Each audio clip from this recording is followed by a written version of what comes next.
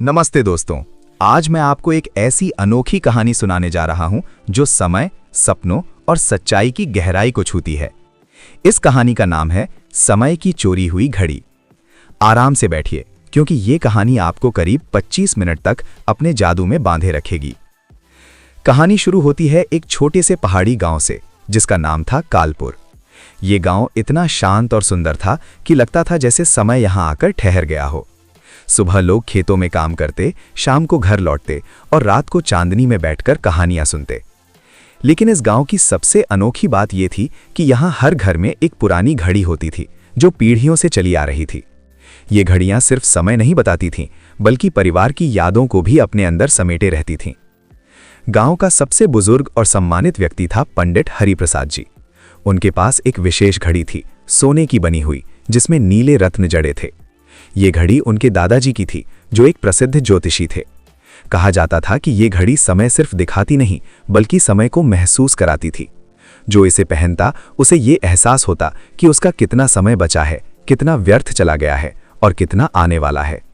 लेकिन हरिप्रसाद जी कभी ये घड़ी किसी को नहीं देते थे। वे हमेशा कहते, समय सबसे कीमती चीज है, इसे चोरी मत होने दो। उसी गांव में रहता था एक युवक, आरव। उम्र 25 साल, शहर से पढ़कर लौटा हुआ इंजीनियर। लेकिन हालात ऐसे थे कि उसे गांव में रहकर खेती करनी पड़ रही थी। आरव बहुत महत्वाकांक्षी था। वो अक्सर सोचता, गांव में रहकर क्या मिलेगा, मुझे शहर जाना है, बड़ा बिजनेस करना है, अमीर बनना है। मगर उसके पिता बीमार थे, इसीलिए वो मजबूरी में रुक गया था। आरव को हमेशा लगता था कि समय बहुत धीरे चल रहा है, जैसे जिंदगी ठहर सी गई हो। एक दिन गांव के मेले में उसकी नजर पंडित हरिप्रसाद जी की उस घड़ी पर पड़ी। घड़ी की चमक ने उसे अपनी ओर खींच लिया। आरव के मन में एक खतरनाक ख्याल आया, अगर ये घड़ी मेरे पास हो तो मैं समय को कंट्रोल कर सकता हूं। समय तेज होगा और मैं जल्दी अमीर बन जाऊंगा। एक रात जब पूरा गांव सो रहा था, आरव चुपके से हरिप्रसाद जी के घर पहुंचा। दरवाजा खुला था, क्योंकि उस गांव में चोरी का नामो निशान नहीं था। आरव ने घड़ी उठाई और भाग गया। उसे लगा जैसे उसने समय ही चुरा लिया हो। अगली सुबह वो घड़ी पहनकर शहर चला गया।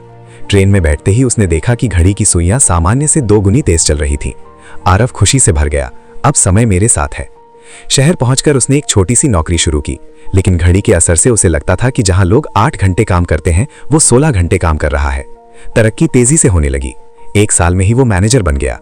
लोग कहते, आरव बहुत मेहनती है। लेकिन आरव जानता था कि ये सब घड़ी की वजह से है। उसका लालच और बढ़ गया। धीरे धीरे घड़ी और तेज चलने लगी। आरव के बाल सफेद होने लगे, चेहरे पर झुर्रियां आ गईं। वो अमीर होता गया, बड़ा घर, गाड़ी, कंपनी। लेकिन दोस्त कोई नहीं थे। परिवार बहुत दूर छूट चुका था।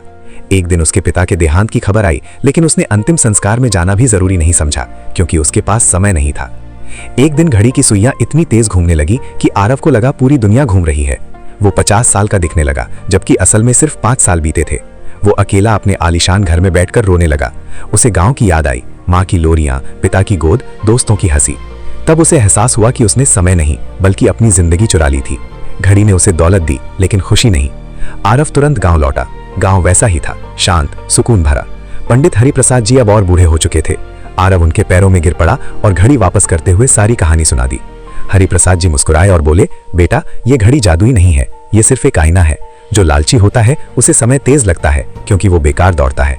और जो संतुष्ट होता है, उसे समय धीरे लगता है, क्योंकि वो हर पल जीता है। समय किसी का गुलाम नहीं बनता। आरव ने घड़ी वहीं छोड़ दी। वो गांव में ही रह गया, खेती करने लगा, लोगों की मदद करने लगा। अब उसे समय की कोई कमी नहीं लगती थी। सुबह की चाय में, शाम की सैर में, बच्चों को कहानी सुनाने में उसे सुकून मिलने लगा। वो सच में खुश था।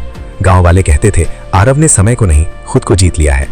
दोस्तों, इस कहानी से हमें यही सीख मिलती है कि समय सबसे कीमती है, लेकिन इसे चोरी नहीं किया जा सकता। इसे जीना सीखिए, व्यर्थ मत गमाइए। लालच में भागोगे तो समय हाथ से फिसल जाएगा, और संतोष में रहोगे तो हर पल अमूल्य बन जाएगा।